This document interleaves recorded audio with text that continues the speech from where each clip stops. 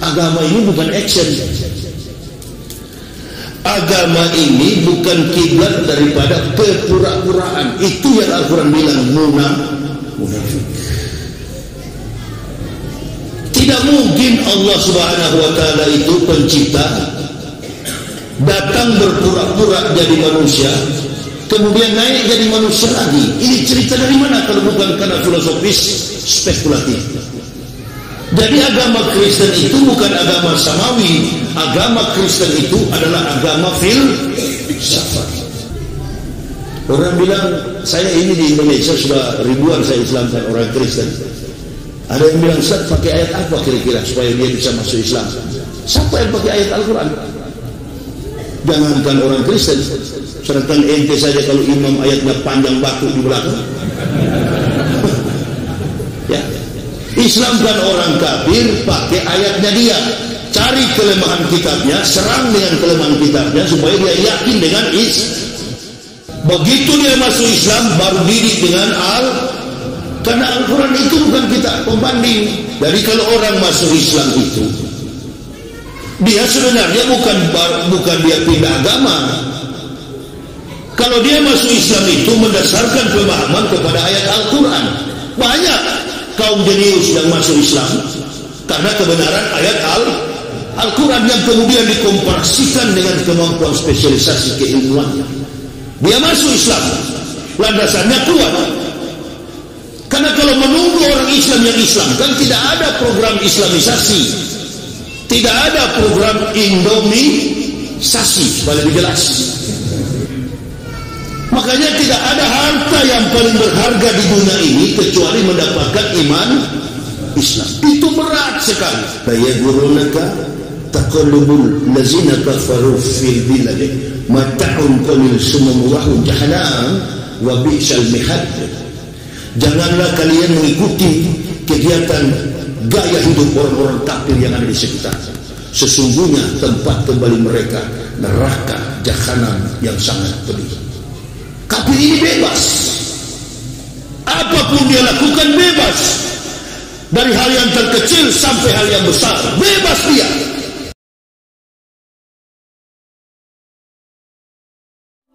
Sebelum kita lanjut, jangan lupa like, comment, subscribe, dan nyalakan notifikasinya agar tidak ketinggalan info terbaru lainnya. Semoga bermanfaat. Ini yang diutus dari setiap generasi ke generasi manusia. Selalu saja ada yang diutus, manusia mulia, manusia luar biasa. Dari sekian banyak manusia pada waktu utusan generasi manusia, hanya satu yang diambil dari tengah-tengah kaumnya. Makanya di Al-Quran jelas sekali kan, kama arsalna fikum rasulan minkum yatlu alaikum ayatina wa yujadikum wa yu'alimukumul kitab wal hikmat wa yu'alimukum ma lam takunu ta'lamun. Kama arsalna fikum rasulan minkum yatlu alaikum ayatina. Sesungguhnya kami telah mengutus seorang rasul dari antara kamu di tengah-tengah kamu. Sinyalnya cukup jelas, dari manusia di tengah-tengah manusia. Bukan dari Tuhan turun dari manusia, kemudian dari Tuhan lagi. Ini seperti apa? Bukan. Siapa ini aktor film? Si siapa Herman Felani? Habis dia melakoni sebuah action atau Rambo, habis tembak-tembak di hutan, Arnold Schwarzenegger, habis dia tembak-tembak di hutan, baru dia cerita di belakang, bagaimana saya tahu saya punya action tadi. Oh mantap. Agama ini bukan action. Agama ini bukan kiblat daripada kepura-puraan. Itu yang Al-Quran bilang munafik. Tidak mungkin Allah Subhanahu wa ta'ala itu pencipta datang berpura-pura jadi manusia, kemudian naik jadi manusia lagi. Ini cerita dari mana kalau bukan karena filosofis spekulatif? Jadi agama Kristen itu bukan agama samawi. agama Kristen itu adalah agama filsafat. Karena kajian teologis yang terkandung dari setiap konsepsi ayat-ayat Bible terhadap ketuhanan Yesus selalu dikaji secara filsafat. Maka melawan Kristen itu jangan dengan ilmu yang sudah pasti dalam konteks sejarah, seperti kita bantah dia dengan Al-Quran. Mana dia mau terima itu? Orang bilang, saya ini di Indonesia sudah ribuan saya Islamkan orang Kristen. Ada yang bilang, Ustaz pakai ayat apa kira-kira supaya dia bisa masuk Islam? Siapa yang pakai ayat Al-Quran? Jangankan orang Kristen, sedangkan ente saja kalau imam ayatnya panjang batu di belakang. Ya, Islamkan orang kafir pakai ayatnya dia. Cari kelemahan kitabnya, serang dengan kelemahan kitabnya supaya dia yakin dengan begitu dia masuk Islam baru didik dengan karena Al-Quran itu bukan kitab pembanding. Ini UIN, Universitas Islam Negeri. Karena terlalu banyak perbandingan agama, akhirnya mengambil program doktoral, boleh katanya berzina. Kacau, rusak. Ini kata Muhammad Abduh, al-Islamu mahjubun bil muslimin. Antum kalau nggak ngerti filsafat nggak usah sentuh itu, berat itu. Saya sudah pensiun dari sana, itu baru belajar. Saya sudah pensiun belajar filsafat itu dan memang tajam. Sekarang saya berserah diri, meletakkan segala kemampuan keilmuan saya di bawah panduan otoritas kekuatan Al-Quran. Bukan ente pakai Al-Quran untuk ditafsir dengan logika. Ini bisa sesat orang. Saya baru pertama kali begitu mau masuk Islam, sempat membaca isi Al-Quran itu. Saya sudah bawa Bible ke dalam ruangan gelap, Al-Quran saya taruh dalam ruangan gelap, saya matikan lampunya. Saya pikir-pikir mana yang percaya, ini yang saya percaya. Saya mengikuti cara orang awam begitu ya, kira-kira. Taruh di tempat gelap, siapa yang percaya, itu yang saya percaya. Tunggu sampai pagi, nggak ada yang percaya dua-dua. Oh, baru saya tahu. Jadi kalau orang masuk Islam itu, dia sebenarnya bukan dia pindah agama. Kalau dia masuk Islam itu mendasarkan pemahaman kepada ayat Al-Quran. Banyak kaum jenius yang masuk Islam karena kebenaran ayat Al-Quran yang kemudian dikomparasikan dengan kemampuan spesialisasi keilmuannya. Dia masuk Islam, landasannya kuat. Karena kalau menunggu orang Islam yang Islam, kan tidak ada program Islamisasi, tidak ada program Indomisasi, supaya lebih jelas. Kalau di Kristen kan ada program Indomisasi, program Kristenisasi. Nah maka ibu bapak beruntung sekali beragama Islam. Alhamdulillah. Coba andaikan saya balik, ibu bapak seperti saya dulu, orang Manado, kafir, bisa nggak masuk Islam? Sedangkan sudah Islam saja pingin keluar. Makanya tidak ada harta yang paling berharga di dunia ini kecuali mendapatkan iman Islam. Itu berat sekali. Saya tidak senang dengan kalau ada ustaz ceramah di masjid, ancam-ancam orang Islam, keluar saya dari masjid. Saya bilang, ini ustaz ini mungkin tidak tahu bahwa memang berat masuk Islam itu. Orang di dalam masjid kau kasih keluar. Dia khutbah Jumat. Siapa yang tidak sholat Jumat 3 kali, tempatnya neraka. Ini bajingan baru keluar penjara 15 tahun. Selama di penjara, di karantina, nggak pernah Jumat. Begitu bebas dari penjara, tinggal di kompleks Grand Saron sini kan. Dia bilang sama istrinya, teh, kenaun kan, siapkan baju koko, saya mau ke masjid. Begitu baru pintu masjid imamnya, siapa yang tidak sholat Jumat selama 3 kali, maka tidak ada ampun baginya dari Allah Subhanahu wa Ta'ala. Hadis sekian, nomor sekian. Innalillahi. Dia dari pintu masjid bukan ke masjid, dia pulang. Kebetulan di sebelah ada pendeta. pendeta langsung, marilah hai yang letih lesu dan berbeban berat.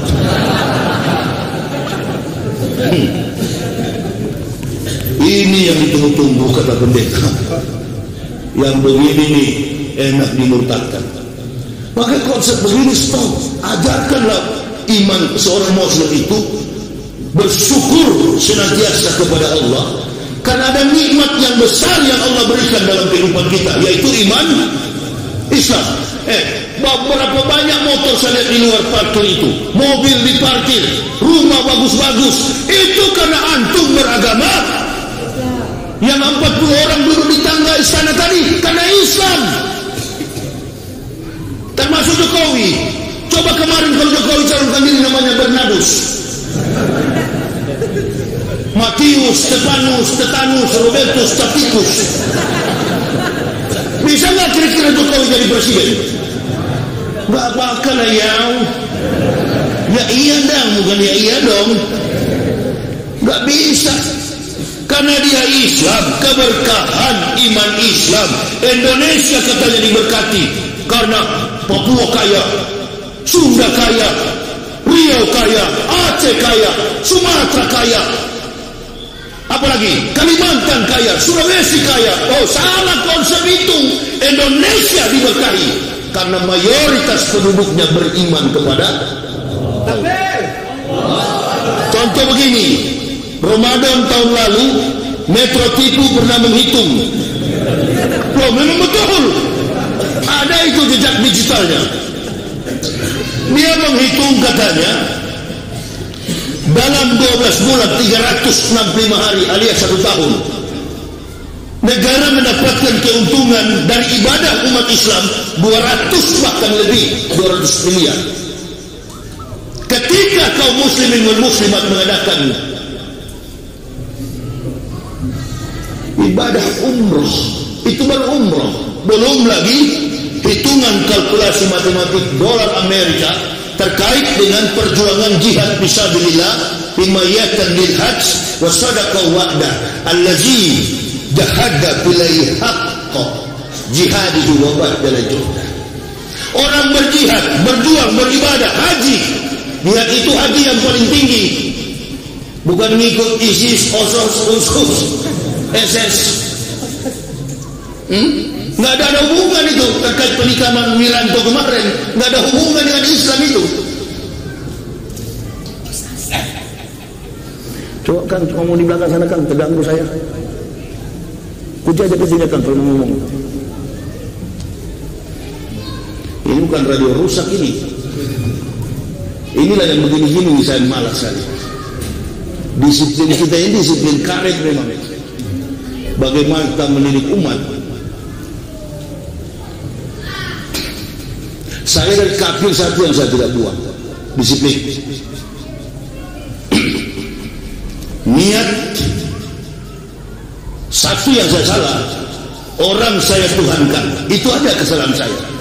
Tapi metodologi kehidupan dalam konteks disiplin, mempelajari satu bidang ilmu ataupun dalam konteks kehidupan keseharian, insya Allah nggak akan kalah saya. Karena di sana juga diajar begitu, konsepnya konsep Islam, dicontek oleh orang kafir. Dia sampai ke bulan, Einstein menggaris mistar dari timur ke barat, orang bisa menginjak kaki di bulan, konsepnya Al-Quran. Cuma kita kadang-kadang teori saja, praktiknya tidak. Kalau yang menyampaikan begini, antum jangan anggap saya yang datang, Yahya yang sedang berbicara ini adalah Al-Quran. Hormati, jangan antum ngomong begitu. Kita ini memang kadang-kadang begitu. Kalau pejabat yang ngomong, oh kita takut sekali itu. Apalagi harus presiden, wartawan pun jauh-jauh. Padahal kalau masuk ke Istiqlal, dari ujung ke ujung, ambasador, duta-duta besar, menteri, anggota parlemen, presiden sekalipun, yang di atas ustaz. Tapi di pangkat ustaz ini diinjak-injak dan diremehkan. Kenapa? Karena nilai setitik merusak susu. Orang bersobar gangku balik lidah ular bercabang. Ustaz itu kan begitu. Ulama-ulama, saya punya buku-buku Islam yang tua terkait dengan ulama-ulama dulu. Mereka tidak pernah datang menjilat-jilat kepada pejabat yang datang kepada mereka. Wibawa ini harus dipegang oleh seorang pendakwah. Supaya apa? Stabil agama ini ke depan. Kita baru berdarah-darah kemarin konsep politik yang diperhatikan. Ini pernah terjadi. Konsep yang kumpul-kumpul bangin dari musuh dirangkul. Ini konsep Abraham Lincoln. Dia pernah lakukan ini. Seorang otodidak tentang fakta Inggris. Dia adalah anak seorang petani presiden ke-16 di Inggris. Sudah mengatakan, kalau anda belajar politik, coba jalan di pinggir pantai, buka kasutmu 3 langkah ke depan, angkat kakimu, hitung setiap pasir yang melekat dalam kakimu. Saking kritisnya kita memahami sebuah hidup dalam tanda petik, apalagi memahami sebuah konteks politik. Nah, kita jangan menjadi sapi perah. Itu maksud saya. Kemarin kita diadu domba dengan petugas, dengan polisi. Habis baku bumbu kita berdarah, sama-sama makan sahur. Itu kafir di luar sana. Tepuk tangan. Kita kalau sudah begini, maka saya bilang, bukan Kalimantan yang kaya, bukan subjektivitas dalam konteks pulau-pulau yang ada di Indonesia. Objek yang memberi sumbangsi kekayaan negara ini adalah karena umat Islam mayoritas orang beriman. Saya kasih contoh supaya lebih paham. Fir'aun mengalami 7 masa kelaparan. Runtuh kerajaan Fir'aun. Datang satu orang beriman di tengah Fir'aun, dijadikan sebagai Perdana Menteri Nabi Yusuf alaihissalam. Mesir dia jadi negara yang sangat diberkahi. Cuma satu orang beriman, apalagi ini ada 230 juta lebih umat Islam. Ini kafir-kafir ini cuma numpang saja dia. Loh, memang betul. Memang betul. Tapi dia sudah mulai di atas satu step dan kita. Kenapa? Karena dia sudah baca peluang kita. 1, tidak disiplin. 2, mental materi. Ini yang dikhawatirkan oleh Nabi SAW. Yang aku khawatir dari umatku ialah apa yang mereka makan, apa yang mereka konsumsi, apa yang mereka simpan ke dalam perut. Begitulah harga nilai kehormatan mereka, tidak lebih daripada apa yang keluar dari perut. Kumpul-kumpul rapat makan, kumpul-kumpul rapat minum. Bahkan mohon maaf, pejabat pun sudah bergaya Eropa, lifestyle Europe. Gaya hidupnya sudah seperti Eropa. Banyak pejabat Muslim yang masih minum bir. Saya sudah pensiun yang begitu. Manado jangankan bir, cap tikus yang begini menyala dibakar, itu yang dikonsumsi orang Manado. Kalau disiram dibakar, saya pernah waktu masuk sekolah di Manado, motor saya habis bensin, saya taruh cap tikus, hidup. Saking kerasnya minuman itu, tidak ada kadar alkohol, dan pernah diperiksa deteksi 120 gram gin, vodka yang diminum orang Amerika itu cuma 40% kadar alkoholnya. Sampai di Manado itu bakar menyala. Artinya pengalaman dari kafir inilah saya mau ceritakan kepada ibu bapak sehingga ada flashbacknya. Oh iya, masa itu saja kafir, serius. Bahkan di gereja-gereja itu habis perjamuan, anggur kolesterol yang dipakai kan, ditumpahkan pula darah Yesus, minumlah, dia mati karena dosa-dosa kita. Oh, begitu ada sisa, pendeta yang hantam.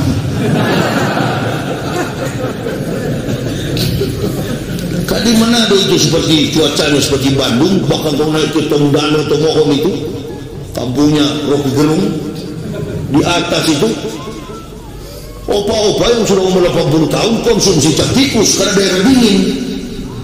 Kita orang Indonesia tinggal di daerah Jakarta Utara, Tanjung Priok, minum vodka. Memang dasar gila itu. Minuman itu minuman bule, minuman orang-orang yang musimnya salju. Kenapa ente minum? Nah inilah Al-Quran ada, Ustaz? Ada. La yagurunaka taqallubul lazina kafaru fil bilad mata'un qalil sumawahum jahannam wa bi'sal mihad. Janganlah kalian mengikuti kegiatan gaya hidup orang-orang kafir yang ada di sekitar. Sesungguhnya tempat kembali mereka neraka jahanam yang sangat pedih.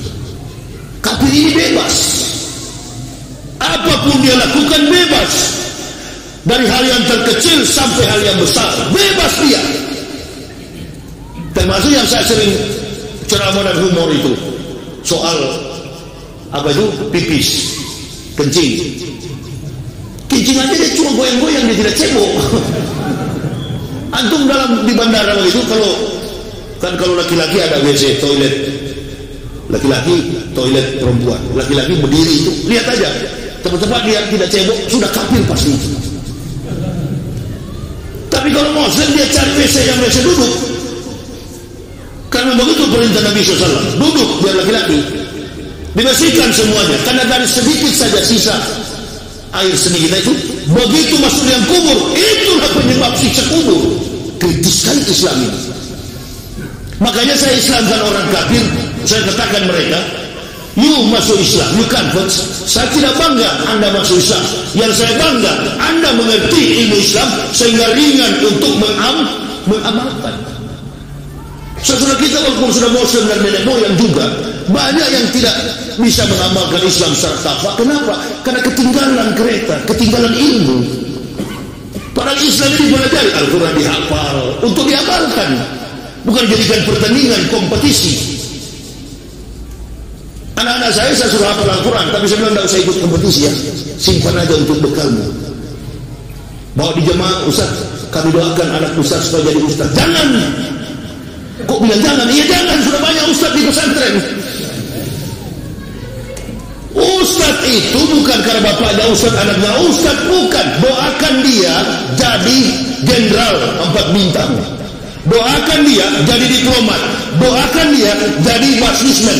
Doakan dia jadi pejabat. Dan semua jabatan ini, doakanlah dia supaya berakhlakul karimah. Coba, kalau tidak ada generasi kita, backbone kita ini yang Rabbani, generasi yang takut kepada Allah, generasi yang tidak bisa membela Islam. Contohnya begini deh, data statistik negara kita, 21% penduduk Indonesia ini miskin. 79 kaum mustahik itu 21%. Masa 79% saja ini tidak bisa mengatasi kemiskinan ini? Tugas siapa itu? Tugas siapa itu? Umaro, tugas pemerintah untuk mengatasi kemiskinan ini. Tapi bagaimana kemiskinan ini mau diatasi kalau setiap saat kita ribut dalam rumah tangga? Ayo. Tadi malam saya ceramah di masjid, apa di sebelah sana itu? Al-Pagar. Saya katakan, saya pilih sama ibu-ibu, Bu, antum suka suamimu gaji kecil tapi hidup rumah tangga merukun, atau gajinya besar, ibu pun wanita karier yang kemudian sama-sama besar gajinya tapi dalam rumah tangga ribut, anak tidak tahu kemana, berantakan ke keluarga. Mana yang antum pilih? Hidup dengan kemewahan gaji besar tapi ribut, atau hidup pas-pasan, makan pun cukup, bahkan sehari pun apa-apa nggak makan, yang penting rukun. Lebih memilih saya pribadi gaji pas-pasan tapi hidup rukun. Nah saat ini, dewasa ini, Indonesia bukan cuma ribut, memang ekonominya kotak-kacir, murah-marih. Makanya Jokowi membuka pernyataan mengedepankan periode jilid kedua ini untuk memajukan ekonomi. Ada kira-kira dalam logika kita berpikir, apa maksudnya itu? Karena ada hutang yang besar dengan bunga yang sangat besar. Nonton itu nggak disentuh oleh para orang pintar dari malam di meja Indonesia Lions Club. Yang ada cuma puji, padahal di bawah ini sudah setengah mati. Nah maka Nabi katakan, untuk mengatasi dunia ini, kiwamud dunia bi arba'ati asar, tertibnya, teraturnya dunia ini bergantung kepada 4 orang. Yang pertama, bi'ilmi ulama'i, ilmu para ulama. Ilmu para ulama, ulama nggak usah berubah menjadi umaro, tetap saja ulama.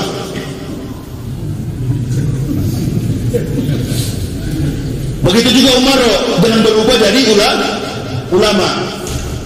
Kalau ulama jadi umaro jadi ulama, tidak ada beda dengan bunglon. Itu satu. Yang kedua, tidak ada beda dengan apa yang di laut itu, gurita. Di batu putih jadi putih, di batu merah merah, di batu kuning jadi kuning. Munafik punya kerja begitu. Hitler lebih tajam lagi mengkritisi begitu, dan memang terjadi dalam hadis. Hitler bilang apa? Ada satu jenderal yang paling kuat sehingga dijuluki dia The Desert Fox, rubah padang pasir. Jenderal yang berkhianat dan dilapor oleh Goebbels kepada Führer Hitler. Kenapa? Karena dia berkhianat. Hitler kasih keputusan, mau ditembak mati dalam sistem mahkamah militer atau minum cyanida. Kata Jenderal Rommel ini, minum cyanida saja. Hitler mengeluarkan satu statement. Orang munafik itu, pemberontak, pengkhianat itu, kata Hitler, seperti lalat di atas feses. Lalat berputar-putar di atas tai. Dia berputar-putar di atas feses, yang dia makan adalah, yang dia konsumsi adalah tai. Dia suka dengan kebusukan. Nah itu yang Nabi bilang, kalau yang aku khawatir umatku, mereka hanya berpikir apa yang masuk di mulut disimpan ke dalam perut. Harga mereka itu tidak lebih daripada apa yang keluar dari perut. Pepatah kuno lagi, pepatah Melayu, apa? Lebih baik mati berkarang tanah daripada hidup bercermin. Memang relevan dari atas ke bawah. Yitzhak Rabin, Perdana Menteri Israel, sebelum mati di detik-detik terakhir mengucapkan satu pernyataan, karena dia mati tewas di tangan pengawal pribadinya, dia bilang apa? Lebih baik saya berhadapan dengan 1000 pembunuh daripada saya berhadapan dengan satu manusia munafik. Nah ini, dosa ini, perbuatan ini yang sedang ada, maaf melekat dalam kehidupan pejabat-pejabat kita. Hari ini A, besok jadi B. Prabowo enggak. Oh enggak kalau itu. Lihat aja jejak, rekam jejak beliau. Enggak kalau itu. Beliau masuk ke dalam situ, yang dia pikirkan adalah tadi itu, bi ilmi ulama.